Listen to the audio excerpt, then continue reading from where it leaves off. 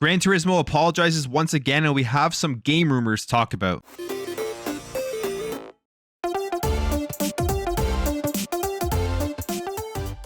So Gran Turismo 7 has been an absolute debacle since its release, with the amount of issues that have been plaguing it, from the review scores being extremely high, but the big reasoning for that was because they withheld a lot of the game in terms of the microtransactions, which I guess you could consider is very unethical in terms of releasing a game knowing that there is a major component that people will criticize, and if you're not giving that to the reviewers, you're kind of artificially inflating the score. There's been a lot of criticism on the overall look of the game, the fact that it doesn't really look like a PlayStation 5 game, especially with the environments, and it almost seems like it's a PS4.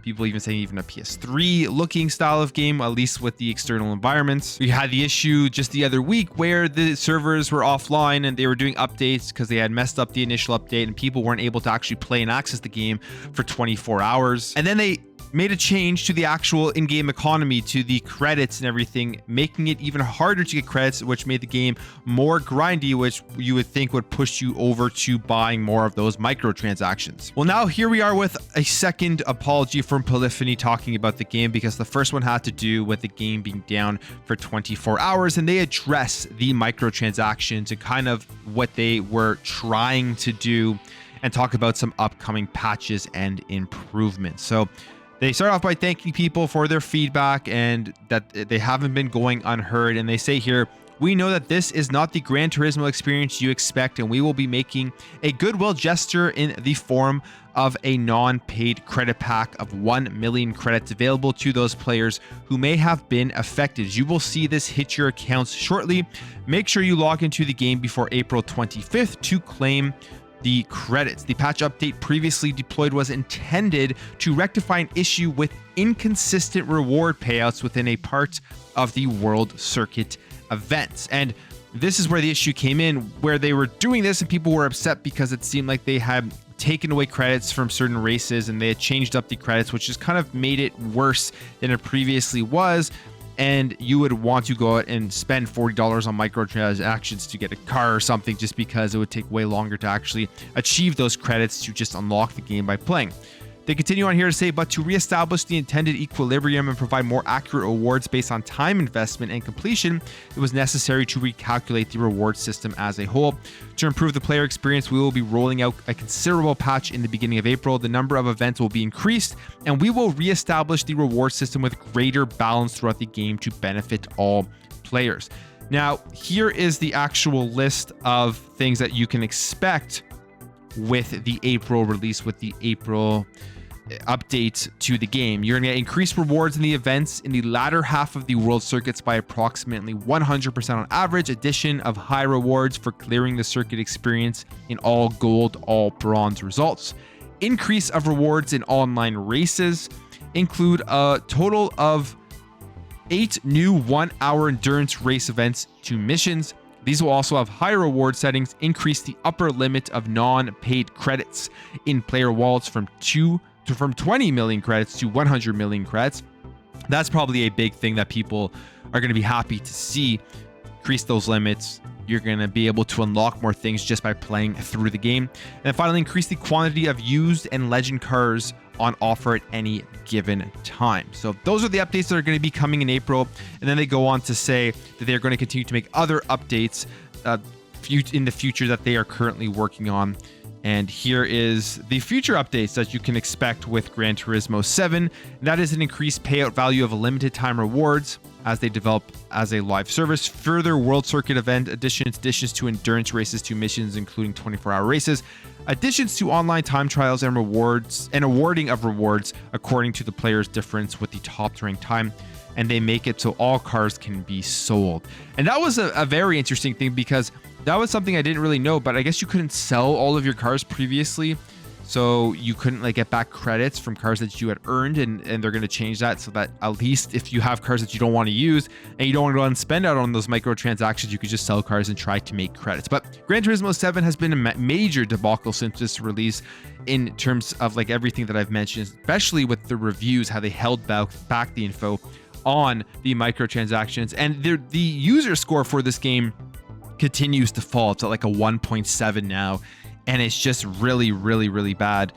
And for good reason. I mean, there are so many reasons why people dislike this game, and it has nothing to do with it being a fanboy thing and people from the other side just kind of trying to bring down the scores. Now, I haven't played the game, so I will admit that. And from seeing people play it, I mean, it does look like it would be still an enjoyable simulation racing game just in terms of gameplay alone. But there's just so many other things that are wrong with a release like this, and the unethicalness of the reviews. The fact that it has an 87 right now as a Metacritic score from reviewers, from the press, where they haven't even gone back and really adjusted their scores to kind of talk about all of the issues, I think is kind of ridiculous. So it's hard to give this game a pass right now. And for the sake of people playing the game, I hope it does get all fixed up and everything turns out to be okay. But it is a debacle in the sense that this is such a big racing franchise going back all the way to the PS1. As somebody who primarily plays on Xbox, I am a Gran Turismo fan. I've played many of the older games and I was looking forward to this. I just can't justify playing the game right now in the state that it is in. All right, jumping over here to a game rumor that I'm extremely excited about because Skate is one of my favorite video game series. Absolutely loved them all when they came out, and it has to do with Skate 4. We know that they are making Skate 4. We first heard about it, I believe, back in 2020, so it's been about 2 years now, and it seems like the game is getting pretty close to coming out. So this is a report from Xputer, and they say here that the game is potentially, now this is a rumor, so take it with a grain of salt, but they say that the game is in the QA phase, and this comes because of the Origins API. Origin is the PC launcher for EA, and it's under the name Project Dingo. They say here that the title has now started active internal playtesting via Origin, as can be seen below. Here is the actual coding from the Origin API, and in this article it's also mentioned that they were taken through reading the code from MUTLeaks22 on Twitter before actually posting this article. So I'm sure that it is at least been given its due diligence of whether this is real or not. They say here that a lot of current details on the game are based on the We Are Working on It Skate trailer from July 2021, which included hints of a map editor, climbing, and in-depth personalization, which, I mean, all of those things sound very cool.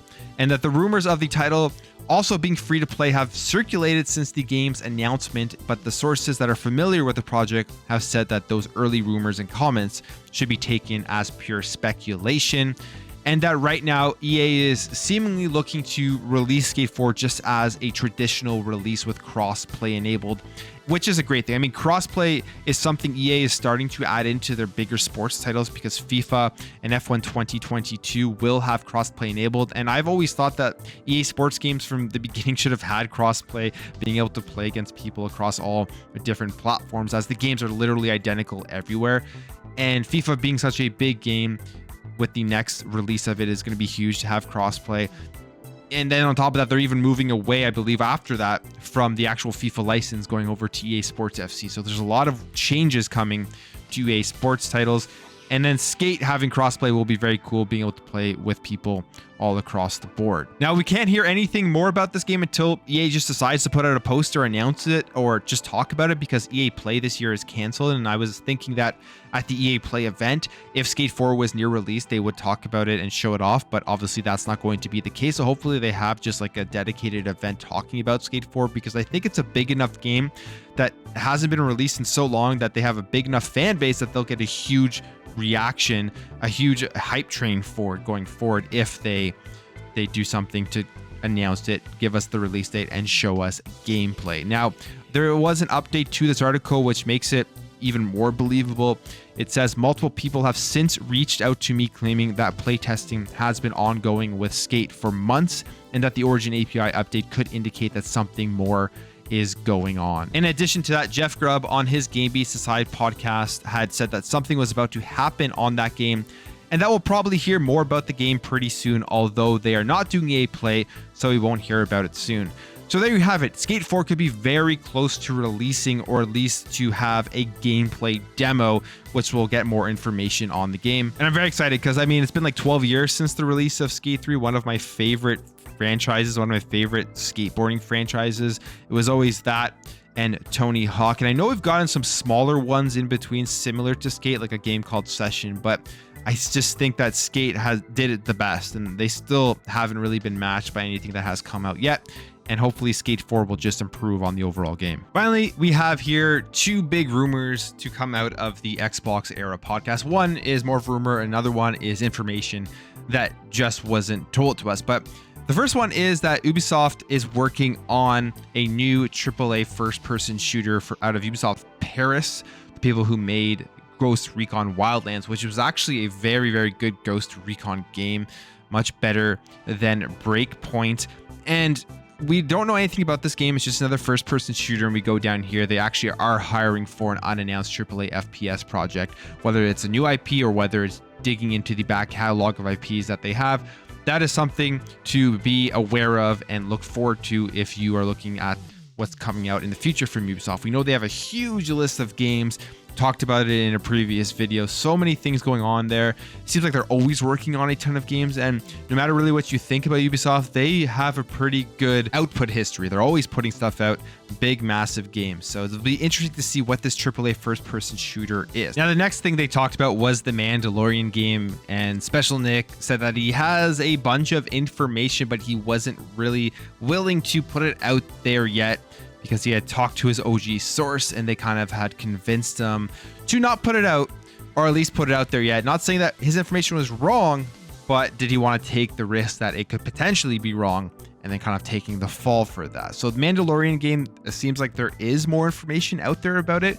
We haven't heard very much about it for a long time. There were those rumors that it was going to be an Xbox exclusive. There was this leaked footage that came out where somebody was playing what looked like to be a very early build of the game. You see the menu here, and then they actually go in, they jump into it, and it looked like it had some like AAA vibes to it. It looks like it was pretty high production, but there's I guess the argument that this could just literally be somebody who was showing off their development prowess, and it was a fan-made thing, because this has not been confirmed as well.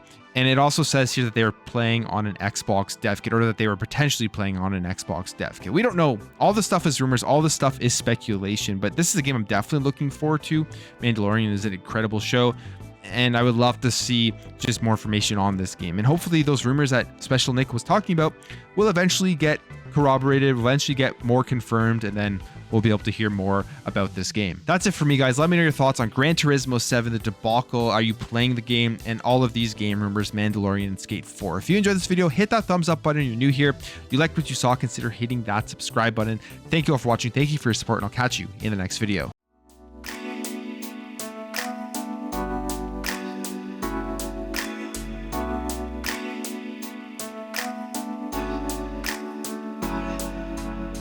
We'll be right back.